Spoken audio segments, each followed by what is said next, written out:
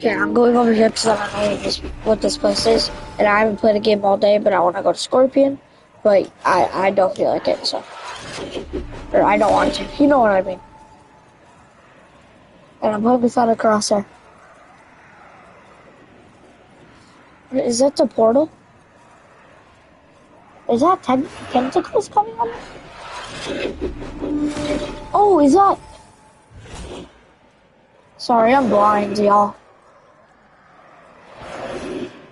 Who is that? Is that Midas?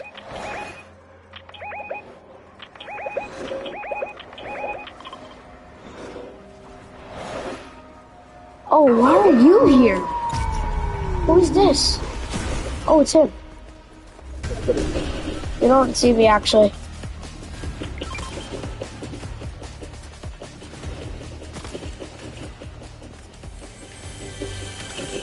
Okay, so we gotta kill... Oh, nice. Sit out, wash shotgun, though. Gotta kill the furry.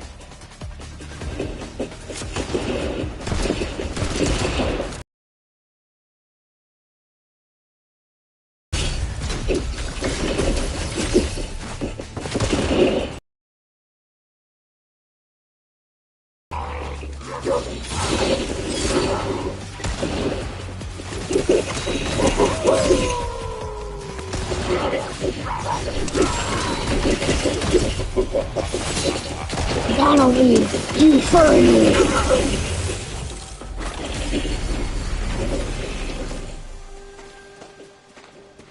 Okay, I just saved you. Brother, what?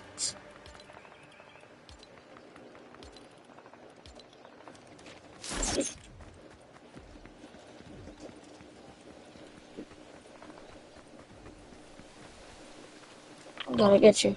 I'm gonna get that Sprite. My brain hurts. So, the portal is like... Okay. Another one.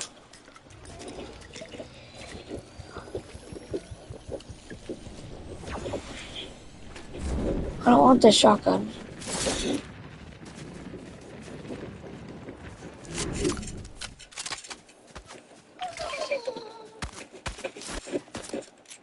Hawk. 2. Okay. Now watch this. Boom. Bam.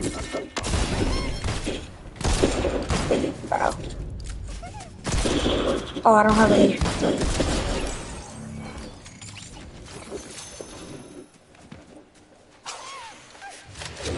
Let's go.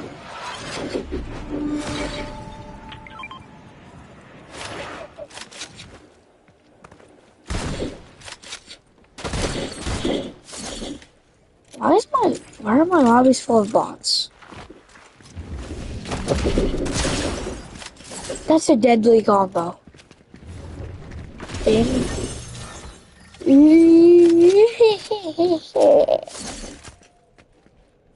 It's so funny.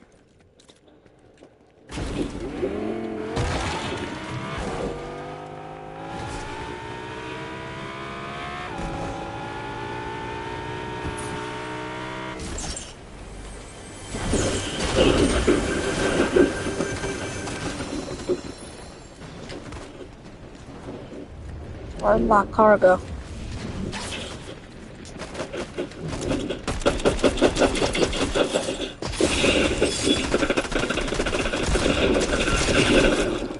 Okay. Oh my lord. If I die.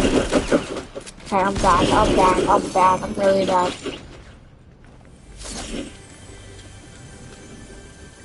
Is there a siphon?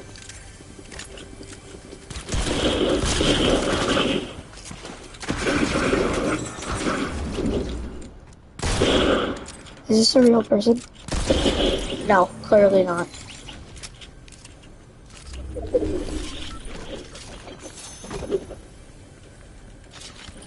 Oh my god.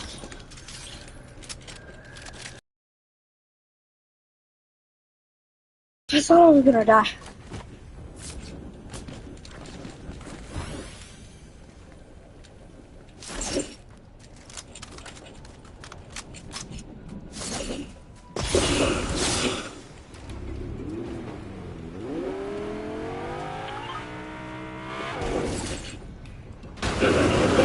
but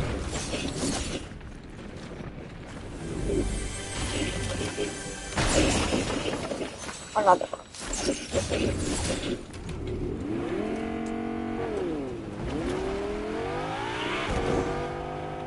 Alright, I think I'm gonna go push.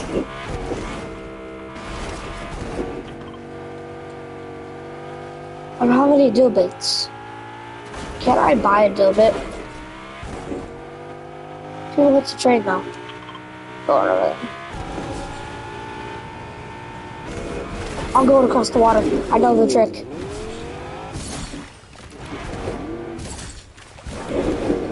But I have to walk on water.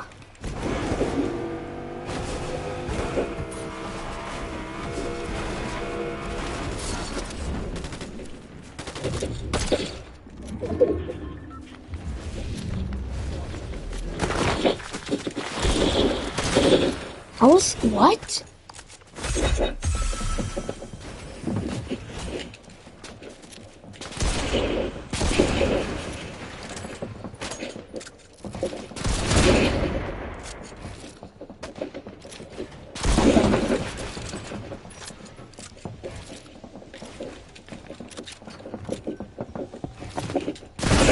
No! I hate this game so much. Like, I suck at this game. I'm never playing it again. Hey, Mr. Martinez, you left your keys on the table. Oh, that's where they were. Thank you, bud. I was looking for those. No problem. Hey, you know what? My dad actually had the same keys as you. Oh, really? Hey, you know what? We might be driving the same car then, bud. Yeah, maybe. But his key is actually red, not black. Wait. What's up, buddy? What do you mean it's red? Well, Mr. Martinez, your key looks like my dad's, but it's red. And if you turn it around, oh, it's different. Well, what exactly do you mean? Because I have what they call a GT Challenger. What does your dad drive? Does he drive the same thing? Or? Well, on the back of your key, it says Dodge. But on my dad's key, it says something different. Maybe they spelled it wrong. I don't know. Wait, so it doesn't say Dodge in the back? Huh. Oh, you know what? I think I know what your dad drives. Wow, that is actually amazing, buddy. Your dad drives a really nice car. Let me guess. On the back, it has like a picture of a cat like growling in a way. Yeah. Wait, what? So it's a key that looks like mine, but it's red. But it doesn't say Dodge in the back or have the Hellcat logo. Look at that beat. Nah, you know what? It probably is a Hellcat because, he probably doesn't know about cars like that. Yes. Why are you talking to yourself? Oh, yeah, sorry about that, buddy. Yeah, everything's totally fine here. And all I gotta say is that your dad, he drives a really nice car if you didn't know that. Yeah, but it's kind of scary, though. Oh, 707 horsepower. I would imagine that thing is scary. You know what I mean? All right, buddy, why don't you go ahead and get back to work? Yeah, on the side of my dad's car, like by the tire, there's like a little, I don't know what it is, but it looks like a face with horns, and it's kind of scary. So the keypad looks like mine, but it's red. It doesn't have a Hellcat logo on the side of his car. It has a little face that's scary looking. Oh my, no. No, so Martinez, are you okay? Yeah, sorry. Well, you know what? Yeah, well, he used to actually. Wait, what do you mean? Well, every time he took me for a ride, it was super loud, and I don't like loud cars, so I told him to get a different one that was quiet. Well, listen, what do you mean though? Like, did he trade it in for like a different car? Yeah, he got a different one instead. I think he traded it or something. I don't know, but he doesn't have that new car anymore. And he always listens to me. I remember the last time he told me no, so he always listens to me, Mr. Martinez. Oh, I wish I could relate. Wait, hold on. You said that you wanted me to turn a car, right? And you did. I don't know, Mr. Martinez, but it looks the same like the other one. He has the red key. It looks the same. It's just way quieter. It's like okay, I think you know what your dad does. I think you got a GT Challenger like mine. It's quieter, better on gas. You'll understand that in a few years. So yeah, that's probably what he got. What did he say? He said it doesn't have an engine or something like that? Yeah, he said it doesn't have an engine. That's why it's quiet. Like, it looks like a Challenger, but it doesn't have an engine. Headshot.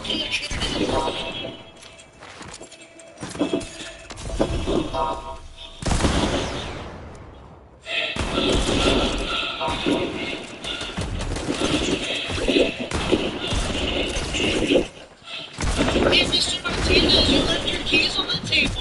That's what it was. No problem. Hey, you know what?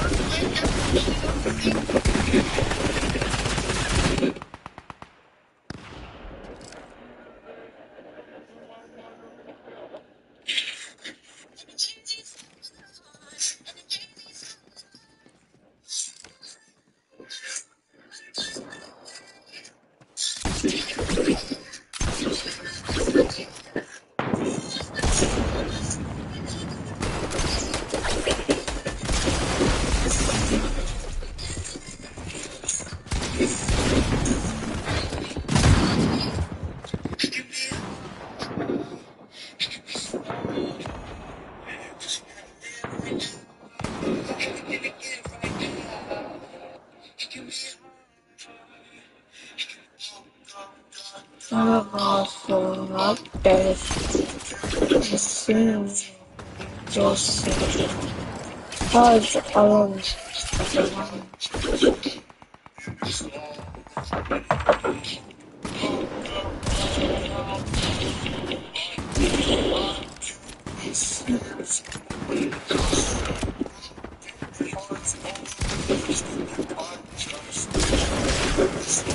Headshot.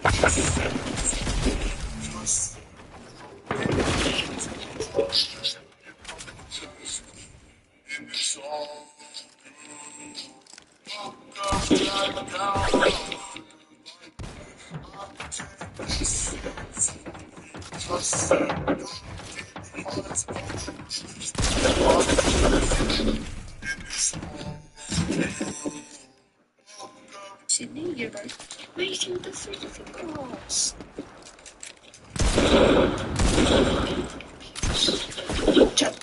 I'm going to take.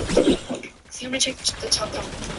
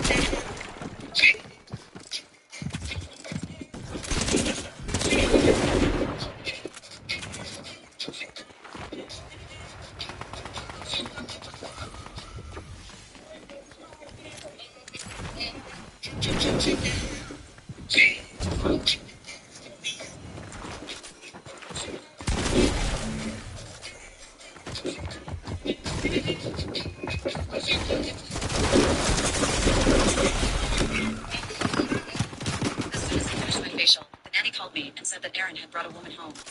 When I got home, the woman in my pajamas was lying on the sofa flirting with Aaron. I directly watched it and said, People who just use simple letter are bad. I'm not gonna say anything, but some people who just use simple letter are bad. I mean, not gonna say anything, but Simple is kind of bad, bro. People who just see Simple are bad. I'm not gonna say anything, but Simple is kind of bad, bro. People who just see Simple are bad. I'm not gonna say anything, but Simple is kind of bad. You've been out with your friends for a while now, and you still haven't answered me. Are you still sleeping at my place? Andre, you know what? That's not gonna happen. But you were so excited to sleep. You're tired. Where are you? So, I'm kind of cheating on you with another guy. He's rich.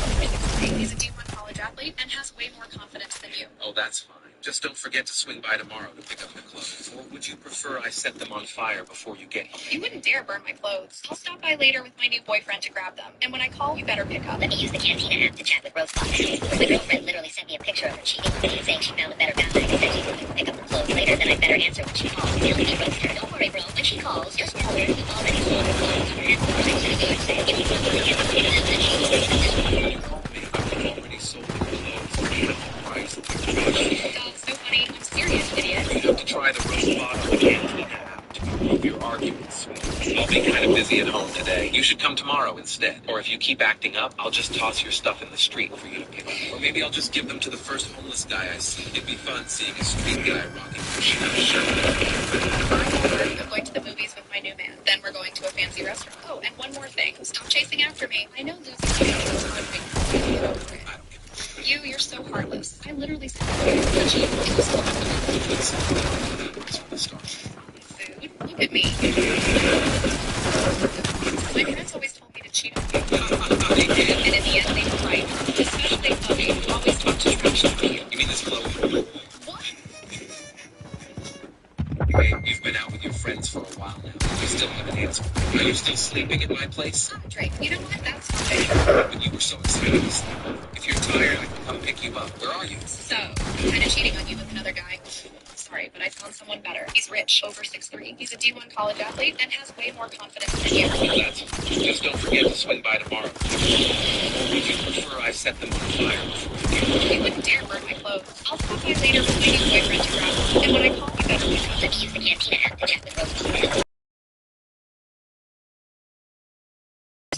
Clothes later, then I'd better answer when she calls. Don't worry, bro. When she calls, just tell her you've already sold her clothes for half the price of a yard sale. You'll probably get more for them than she's worth at this point. I will have already sold your clothes for half the price of the garage sale. God, so funny. Serious, idiot. You have to try the roast bot on the Cantina app to improve your arguments. I'll be kind of busy at home today. You should come tomorrow instead. Or if you keep acting up, I'll just toss your stuff in the street for you to pick up. Or maybe I'll just give them to the first homeless guy I see. It'd be fun seeing a street guy rocking a Chanel shirt that I bought. Tomorrow I'm going to the movies with my new man. Then we're going to a fancy restaurant. Oh, and one more thing. Stop chasing after me. I know losing me must feel hard right now, but you'll get over it.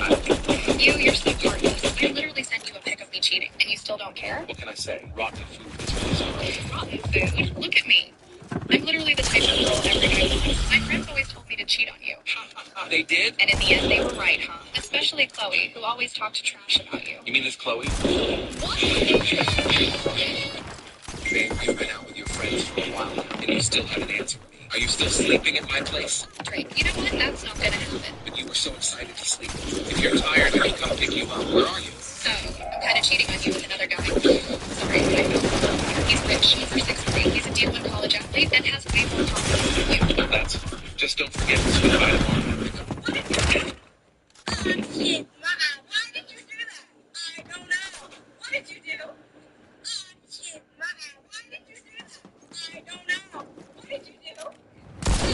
Shit, why did you do that? I don't know. What did you do? Shit, why did you do that? I don't know.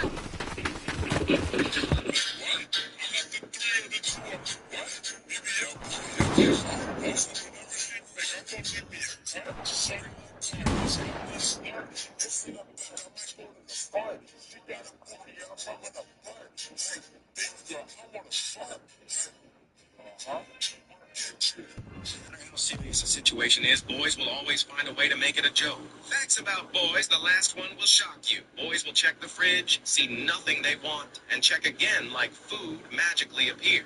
TikTok knows someone who has a crush on you secretly. It's the second person that appears when you click on share, then more. They'll never text first, but The amount of comments from teenage boys on Brooke Monk's screen dress posts asking why they are so far apart is not only extremely disturbing, because it now has girls questioning if these are far apart. Theirs must have been divorced for a decade and living in 2 different countries. Even saying if that's far apart, then I'm cooked. Other women are saying if hers are far apart, then mine must have a restraining order against each other. And even more other women are saying if these are far apart, I need to go run and hide. Because why are we commenting on women's bodies? This is the ultimate proof that no matter how pretty you are, people are still going to go out of their way to try to take you down. That's even more crazier. Not only do they look completely normal, they're not even far apart at all. The people commenting might not even just be teenagers. They might be 30-year-old basement dwellers. Literally, I've also played with Octagon, so I kind of know how good he is. Yo, Gotta guess the flavor of this crystal candy from Silky Gem. Whoever's the first person to get it right, I like your comment.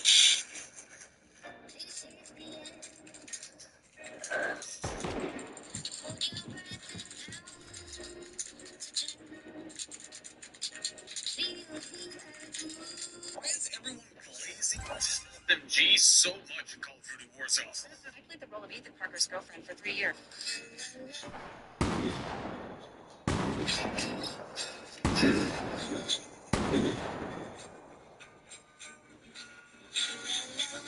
two guys get that urge to watch.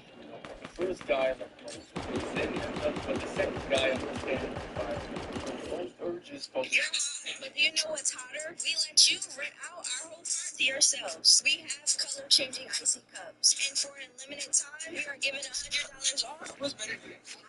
You guys are 7 years apart. Yeah, that's right. I'll find a better hero. Let's find out. Who goes first? Stop it when you don't hear it.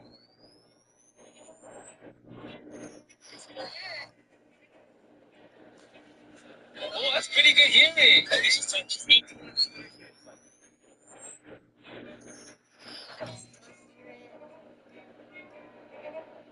13. I got good ears. Eat your carrots, bud. Who's better? 6 years ago, my husband and I were traveling abroad when we were kidnapped. Our family only had enough money to pay the ransom for one of us. For Gideon's sake, I chose to stay behind and let him return home. Later, a powerful... Oh, is this how your wish? Finally found my holy grail solution. Finally found my holy grail solution for chronic bad breath plus canker sores. This may not be common, no. Part 3 of... Now, ladies, I got some explaining to do. And honestly, it's my fault because I shouldn't have been nosy, but getting in woman business and going down the wrong rabbit hole. And look what I found. The Infinity Control Next. How many books have you read?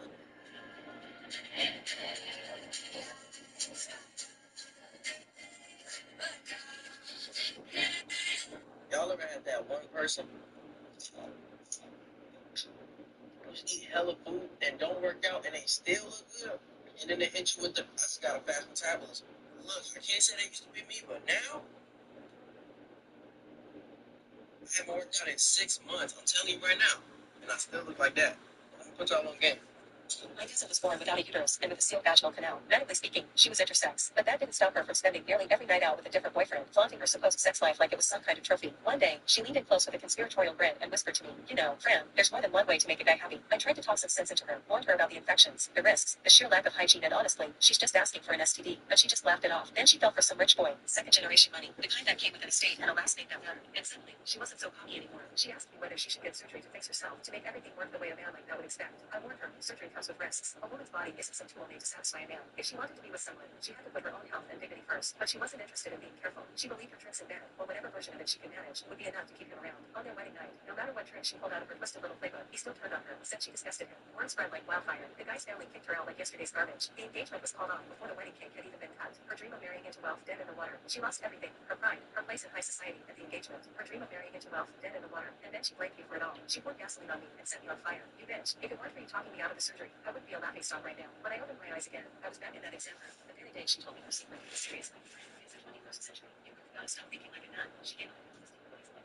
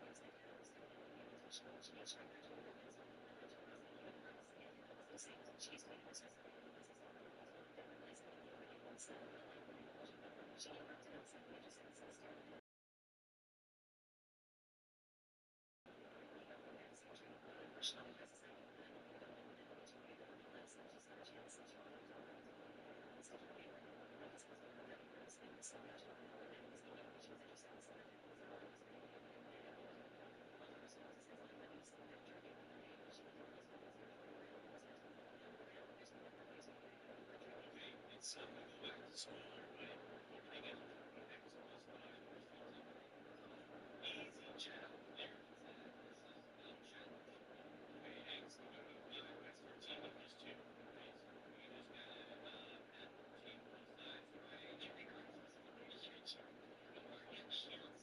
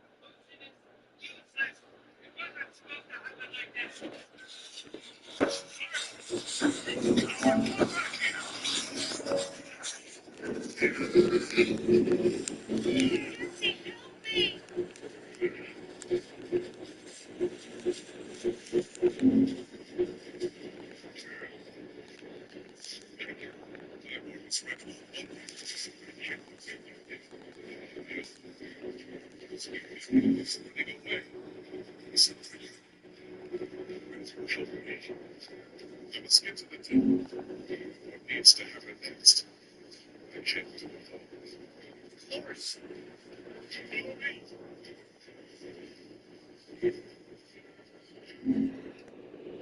Follow me. It's just the luckiest man.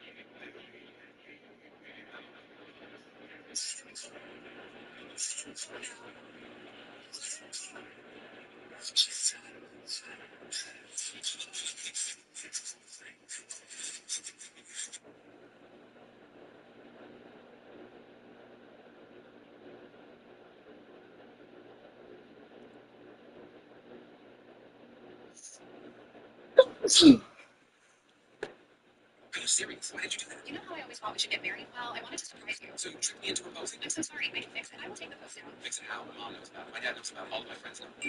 Congratulations, young man. Marriage is tough. Even my gardener knows. I'm sorry. Can you just tell them it's a joke? But they're so happy. It'll break their hearts. I'm so sorry. Hey, baby, can you read this? I need help. Sure, it's Ed.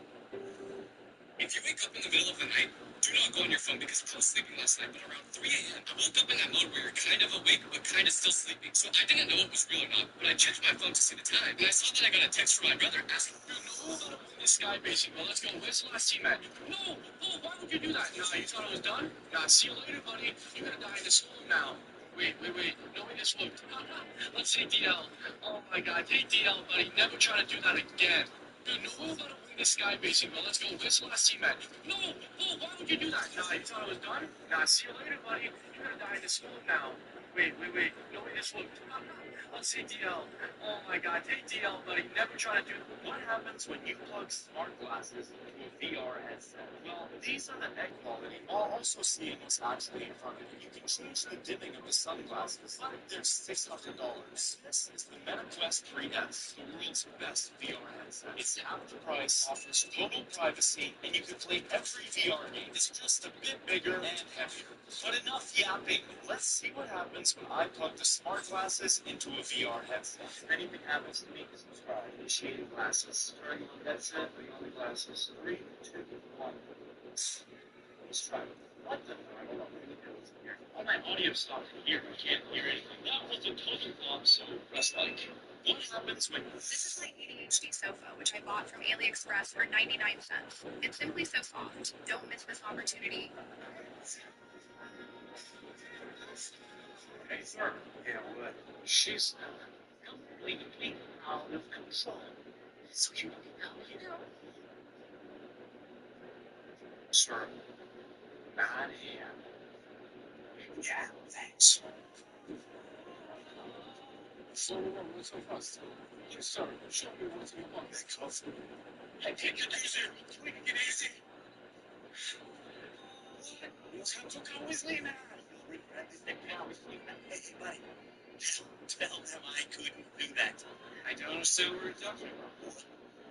And don't worry, you're safe. I'll take it some care. I will only call the cops. You two kids, what's so funny? Yeah, for fun, for the sign. No, thanks, I gotta have it myself.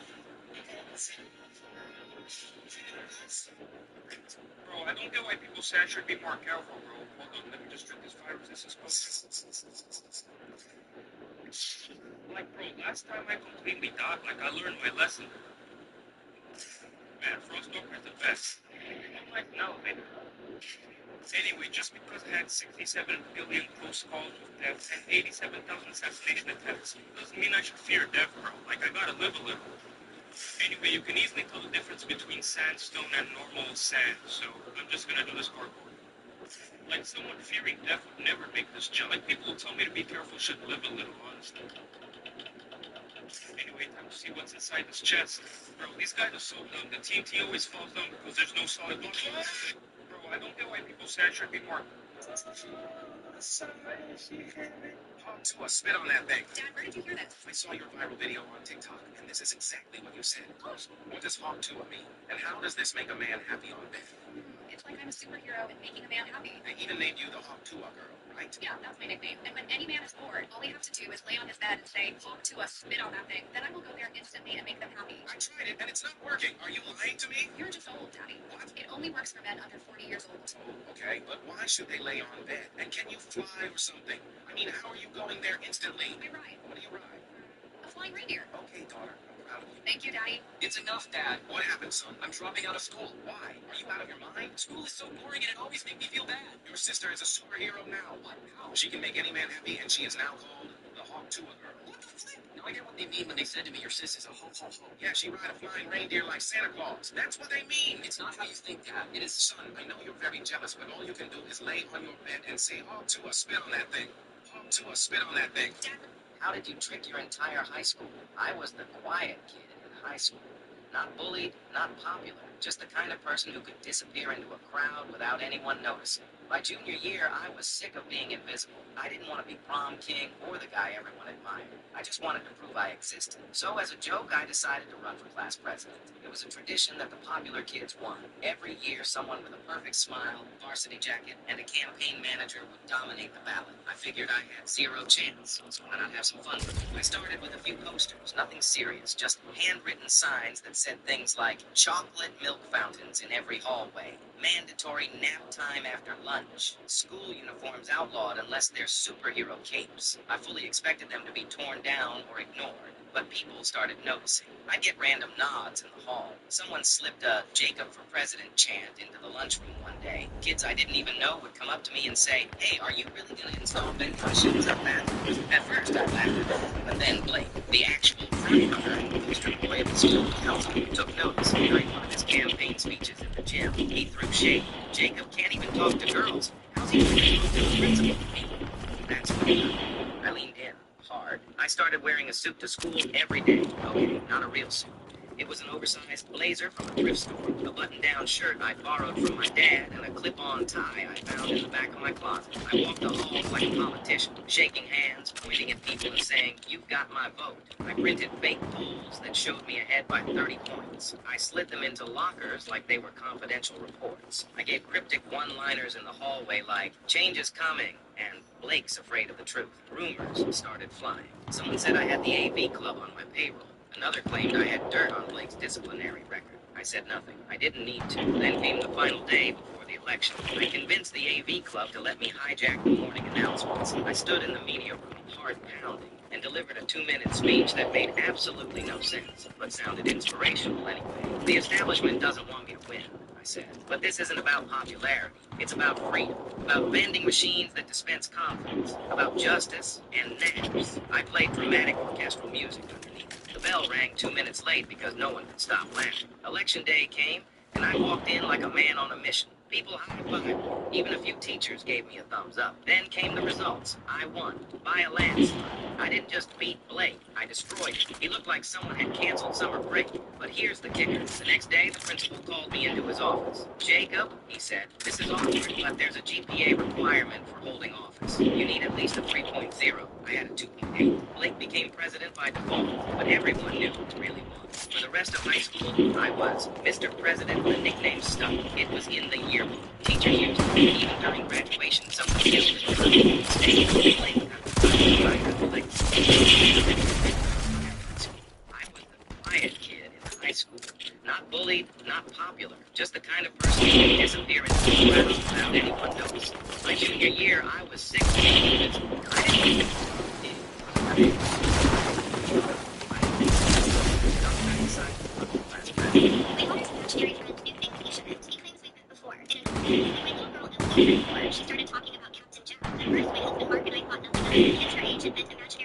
He humored her, pouring an extra glass of juice at breakfast when she insisted Captain Jack was thirsty, or waving goodbye to the empty porch swing where he supposedly sat. Emily described him as tall with a bushy mustache and a scratchy voice. Captain Jack doesn't like the rain, or Captain Jack makes it wrong. Yucky. Normal imaginary. You must think God.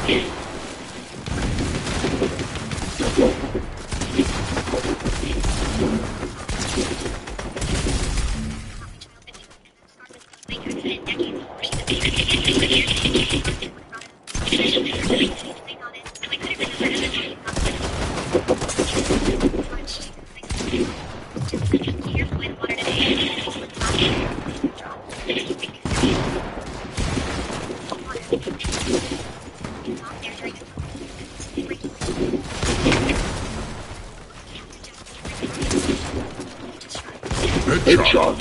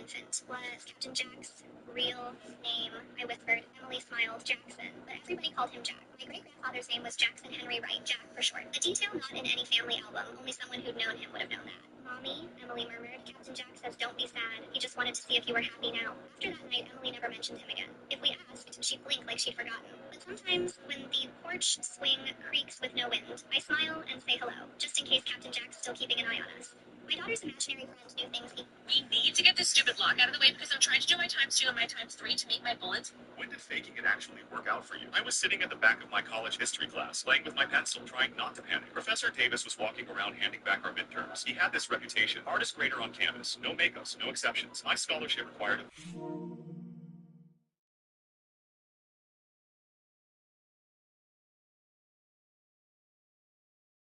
my stomach knotted tighter with each step he took toward me. He slapped my test face down. I couldn't look. When I finally flipped it over, I saw a 43 circled in angry red pen. After class, I approached his desk, hands shaking. Professor Davis, I need to, let me guess. He cut me off without looking up. You want extra credit or a retake? The answer is no. But my grandmother was in the hospital, and he finally looked up, eyes full. Do you know how many dead grandparents I hear about every semester? At least 30. Remarkable mortality rate. He turned back to his papers. Try studying next time. My face burned hot. My grandmother really was sick, and this jerk thought I was lying. That night in my dorm, my roommate found me crying. After I explained, she shoved her phone in my face, showing me an article about a rare viral infection hitting campus. 3 students already hospitalized, she said. Davis is terrified of getting sick. Everyone knows it. I stared at her, slowly understanding. You think I should? She nodded. Sometimes you gotta do what works. Next morning, I researched symptoms thoroughly. Fever, dizziness, vomiting. Subtle enough to fake, but serious enough to be believable. I bought makeup to create dark circles under my eyes and practiced looking pale in the mirror. 2 days later, I showed up at Davis's office hours. My hands were genuinely shaking, but from nerves, not illness. I'd rubbed a heating pad on my forehead right before to feel warm to the touch. The moment I walked in, I swayed slightly. Davis looked up, irritated. What now? I gripped his doorframe, breathing heavily. Sorry to bother you. Just needed to submit my essay before I let my voice trail off as I stumbled forward. Are you ill? His voice changed, edged with concern. Or was it fear? No, I'm fine, I mumbled, placing my paper on his desk while deliberately swaying. Just dizzy since breakfast. The health center says it might be that virus, but they're not sure yet. Davis jerked back in his chair. The virus? The one that's... I nodded weakly. I probably just need rest. Sorry about my midterm performance. My grandmother's stroke had me distracted. I have her hospital papers if you... I pretended to lose balance, catching myself on his desk. That won't be necessary, he said quickly, standing up and backing away. Why don't we... I'll allow you to retake the midterm next week when you're recovered. I blinked, trying to hide my shock. Really? But your policy? Exceptions can be made. Just please use hand sanitizer on your way out. I barely made it to the hallway before breaking into a smile. The following week, I aced the makeup exam. 1 month later, my grandmother died suddenly. The hospital called during Davis's lecture. I ran out crying. He found me later in the hallway and actually seemed concerned. My grandmother just died. I choked out. His face softened. I'm so sorry. Take all the time you need. He paused. I should have believed you before. I couldn't look him in the eye. The guilt crushed me. 2 weeks after her funeral, I developed developed a real fever. Then came the rash. Turns out I'd caught that campus virus for real. But this time, no one believed me. Not my roommate, not the health center, not even Davis. Remarkable timing, he said when I missed the final. Unfortunately, I've already made one exception. I failed the class, lost my scholarship, had to drop out. My roommate still thinks I'm faking it, even now that I'm back living with my parents. Funny how things work out. I got exactly what I wanted when I was lying, and exactly what I deserved when I was finally telling the truth.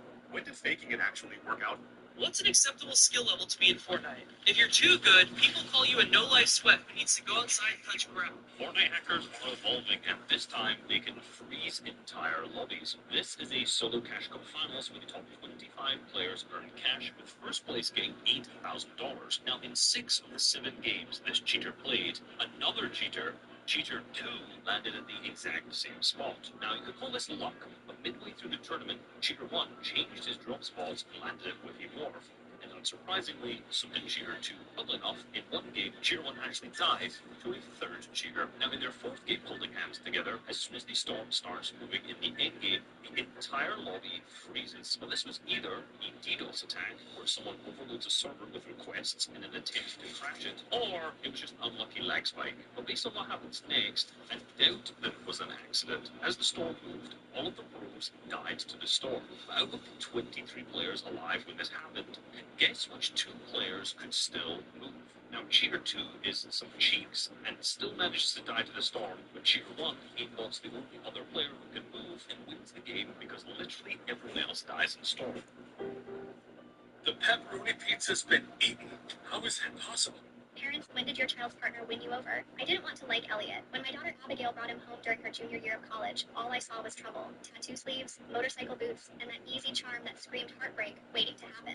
My husband Dave warmed to him immediately. Men and their motorcycles. But I kept my distance. Mom, please give him a chance, Abigail pleaded after that first awkward dinner. He's studying engineering. The tattoos are just art. I'm just looking out for you, I said. Though what I meant was, you're too young to know what's good for you. For 2 years, I maintained what Dave called my polite frost whenever Elliot visited. I noticed things, how he always washed dishes without being asked, how he looked at Abigail when she spoke as if memorizing her words, but I refused to be won over by surface gestures. When they announced their engagement after graduation, I smiled tightly and said, congratulations, while thinking, too young, too soon, too different. The weekend before their wedding, I found myself alone with Elliot in our kitchen.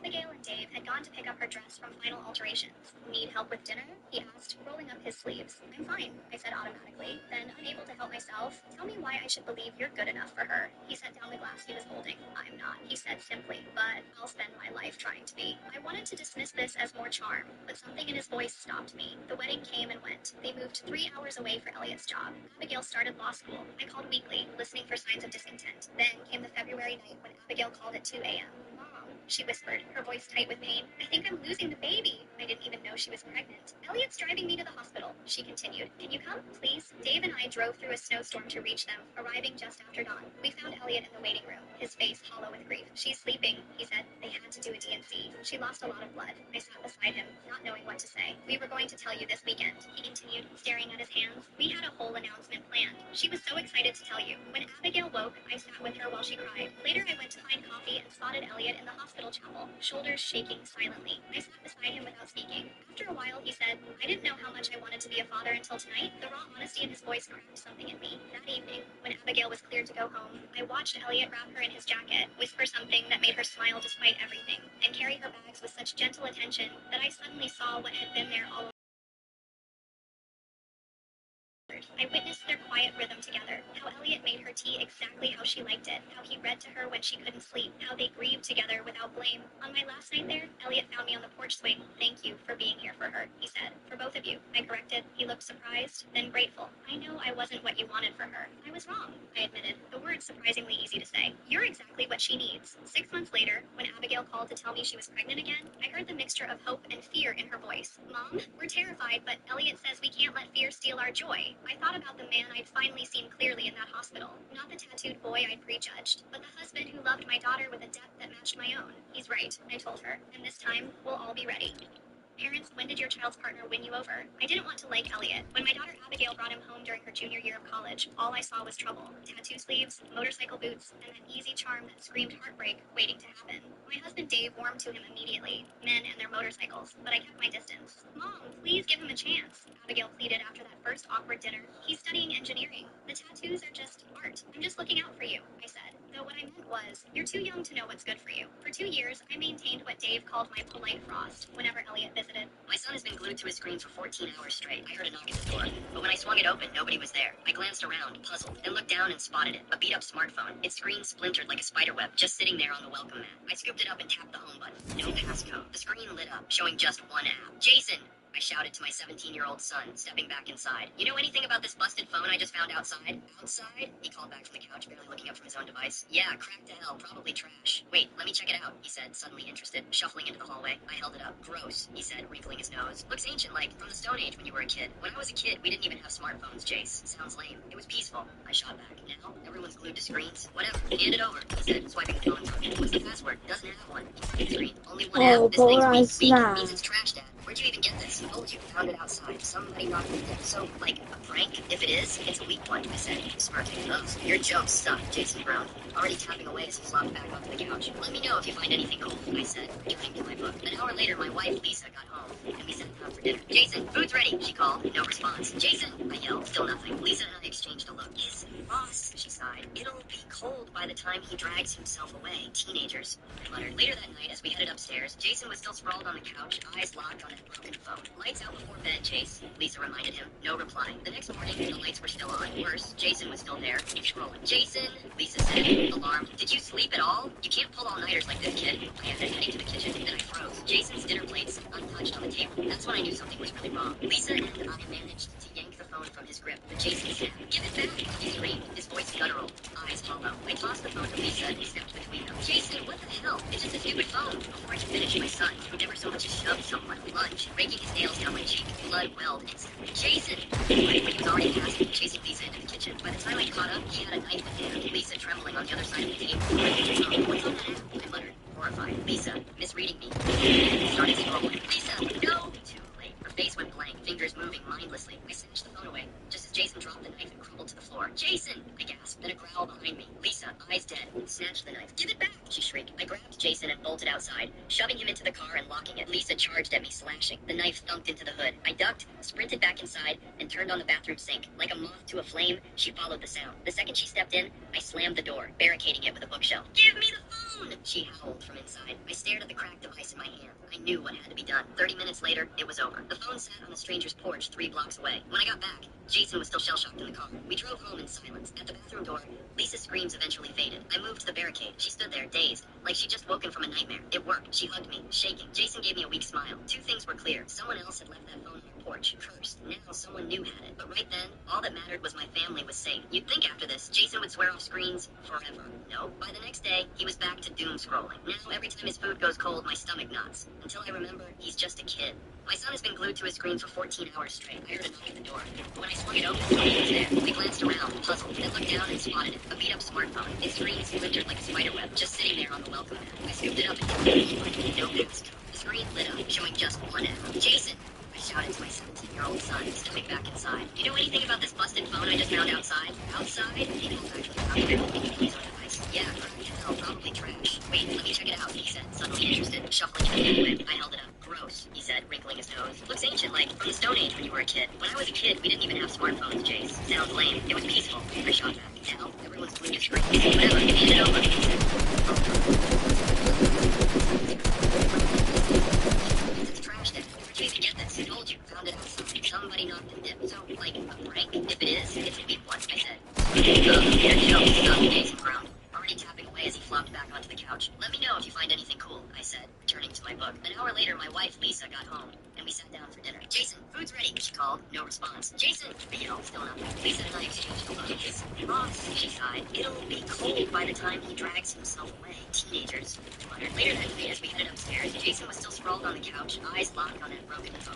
Lights out before bed, Chase, Lisa reminded him. No reply. The next morning, the lights were still on. First, Jason was still there, scrolling. Jason, Lisa said, alarmed. Did you sleep at all? You can't pull all-nighters like this, kid. I added, heading to the kitchen. Then I froze. Jason's dinner plate sat untouched on the table. That's That's when I knew something was really wrong. Lisa and I managed to yank the phone from his grip, but Jason snapped. Give it back, he screamed, his voice guttural, eyes hollow. I tossed the phone to Lisa and stepped between them. Jason, what the hell? It's just a stupid phone. Before I could finish, my son, who never so much as shoved someone, lunged, raking his nails down my cheek. Blood welled instantly. Jason, I roared, but he was already past me, chasing Lisa into the kitchen. By the time I caught up, he had a knife in hand, Lisa trembling on the other side of the table, gripping the phone. What's on that app? I muttered, horrified. Lisa, misreading me, opened it and started scrolling. Lisa, no! Too late. Her face went blank, fingers moving mindlessly. I snatched the phone away, just as Jason dropped the knife and crumpled to the floor. Jason! I gasped. Then a growl behind me. Lisa, eyes dead, snatched the knife. Give it back! She shrieked. I grabbed Jason and bolted outside, shoving him into the car and locking it. Lisa charged at me, slashing. The knife thumped into the hood. I ducked, sprinted back inside,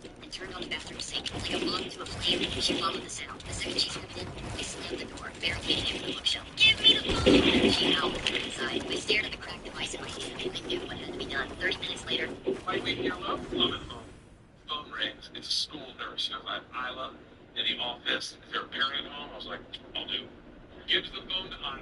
Her first words, I tried to stop it, Dad. She goes, I got my period. I'm like, bitch, you promised. Like, you called the wrong number. Dickhead, call your mom. She's like, no, Dad, I'm throwing myself a period party tonight. I'm like, I'm sorry, what did you just say? She's like, all the girls were doing it, Dad. I need you to go to the store and get supplies. Get a red velvet cake. I'm like, I go, baby, I don't think I can eat a red velvet cake. Knowing what it symbolizes. Fucking, I'm in. I have never had more fun I'm at home. Phone ring. What's the most unfair way someone twisted your words?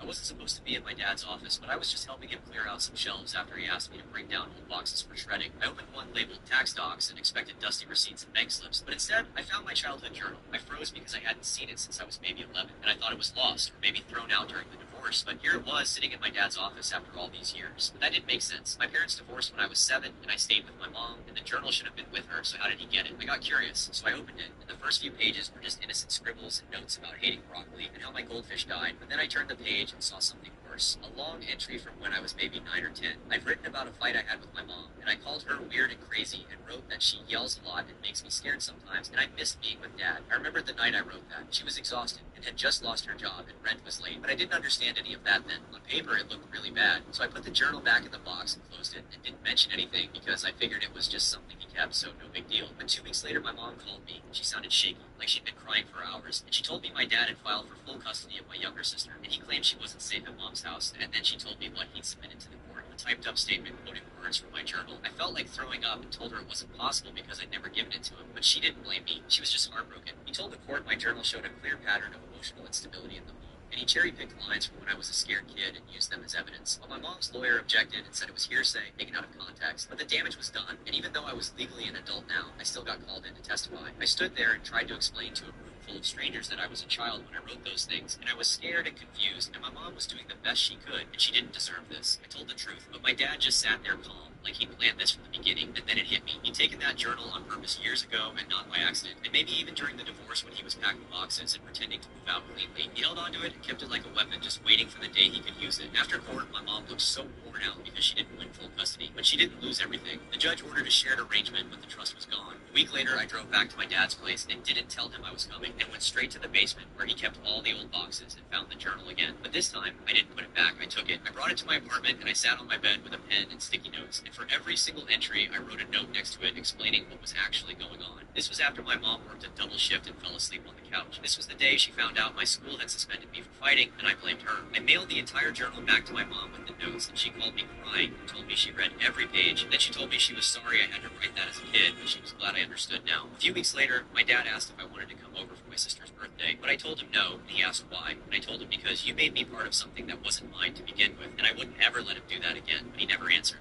What's the most unfair way someone twisted your words? I was supposed to be in my dad's office, but I was just helping him clear out some shelves after he asked me to bring down old boxes for shredding. I opened one labeled tax docs and expected dusty receipts and bank slips, but instead, I found my childhood journal. I froze because I hadn't seen it since I was maybe 11, and I thought it was lost, or maybe thrown out during the divorce, but here it was sitting in my dad's office after all these years. But that didn't make sense. My parents divorced when I was 7, and I stayed with my mom, and the journal should have been with her, so how did he get it? I got curious, so I opened it, and the first few pages were just innocent scribbles and notes about hating broccoli and how my goldfish died, but then I turned the page and saw something worse. worse. A long entry from when I was maybe 9 or 10. I've written about a fight I had with my mom, and I called her weird and crazy, and wrote that she yells a lot and makes me scared sometimes, and I missed being with Dad. I remember the night I wrote that. She was exhausted and had just lost her job, and rent was late, but I didn't understand any of that then. On paper, it looked really bad, so I put the journal back in the box and closed it, and didn't mention anything because I figured it was just something he kept, so no big deal. But 2 weeks later, my mom called me, and she sounded shaky, like she'd been crying for hours, and she told me my dad had filed for full custody of my younger sister, and he claimed she wasn't safe at Mom's house, and then she told me what he'd submitted to the court, a typed up statement quoting words from my journal. I felt like throwing up and told her it wasn't possible because I'd never given it to him, but she didn't blame me. She was just heartbroken. He told the court my journal showed a clear pattern of emotional instability in the home, and he cherry-picked. On the girl's birthday, her uncle gave her a bulletproof wardrobe, instructing her to hide inside if there was gunfire. The girl thought her uncle's idea was strange. She was just a college student with no enemies. But the next day, her uncle died strangely. What's more strange is that he left her $17.8 billion before dying. The girl was baffled. Her uncle had only sold pipes for a living. How could he possibly have earned $17.8 billion? So the girl asked best friend for help. They logged into her uncle's pipe website to learn what kind of pipes were so valuable, but they didn't expect to enter another website, which contained various weapons. Before they could react, a message came through. The sender claimed they were there to pick up the order. The girl had never seen this before. She quickly replied that they were no longer selling. The sender immediately responded, "If he died, you must die too." Before they could figure it out, there was a violent shaking, so they quickly ran out to check. The outside wall had been knocked down completely. Just as they stood there in shock, a drone appeared in front of them. Fortunately, the glass of this house was replaced by her uncle with bulletproof glass. The two people who reacted quickly ran towards the back door, but as soon as they opened the door,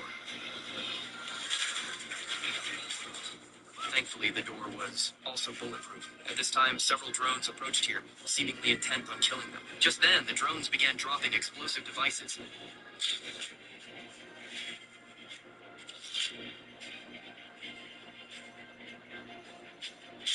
After a loud blast, all the glass was all shattered. In the chaos, the two was separated.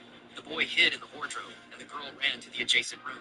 At this time, the drone tracked the boy's movement and detected his hiding place.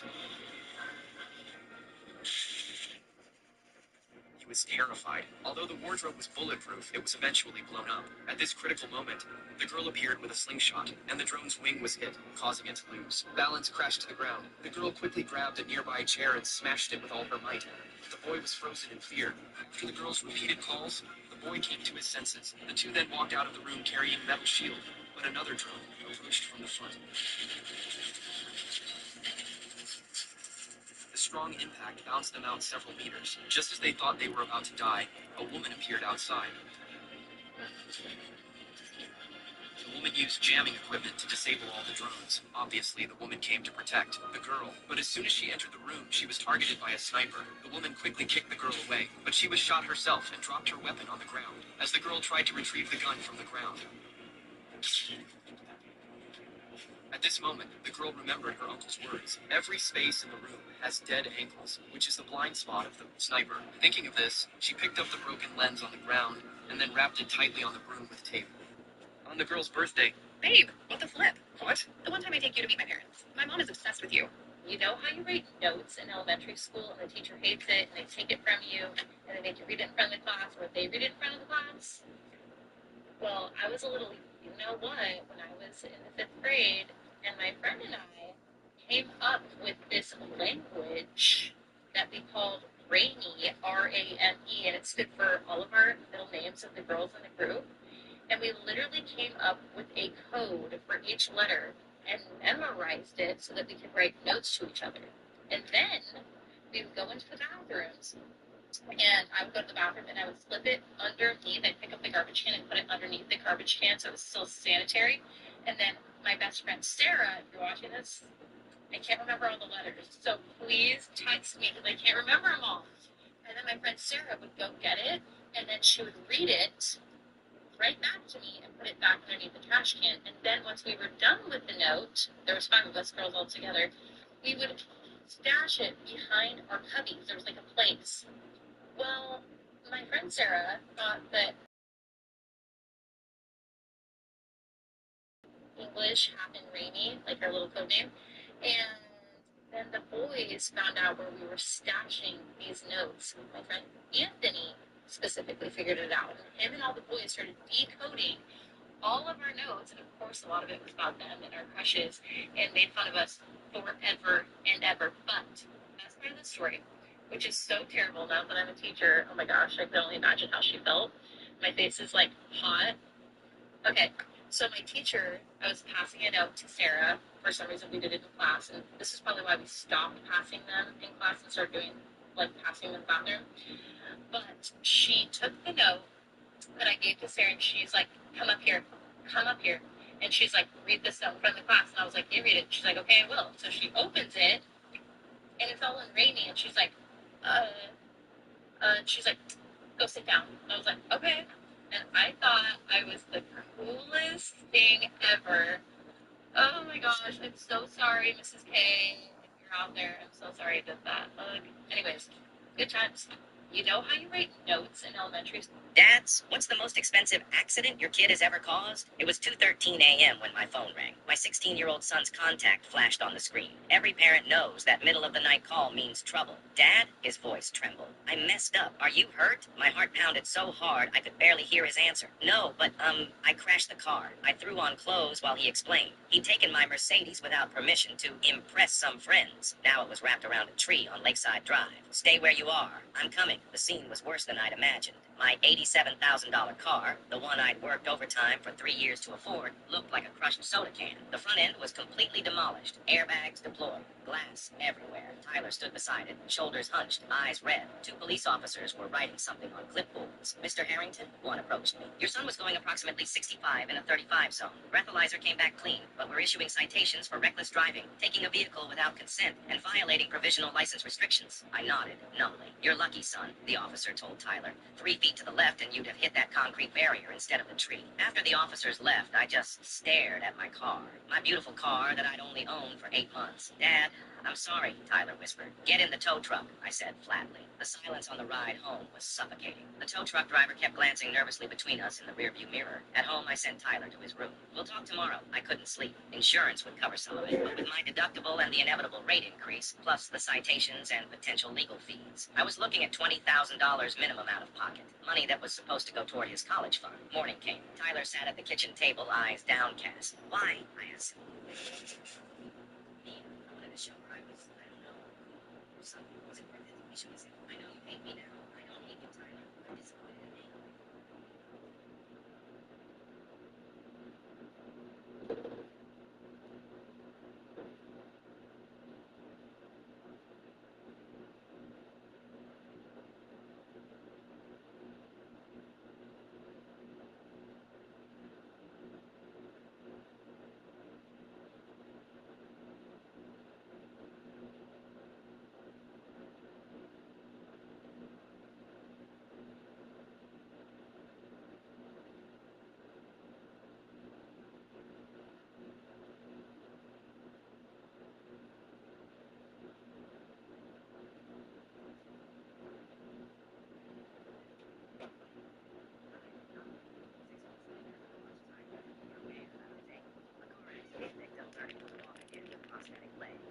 Determination on both their faces. So that night,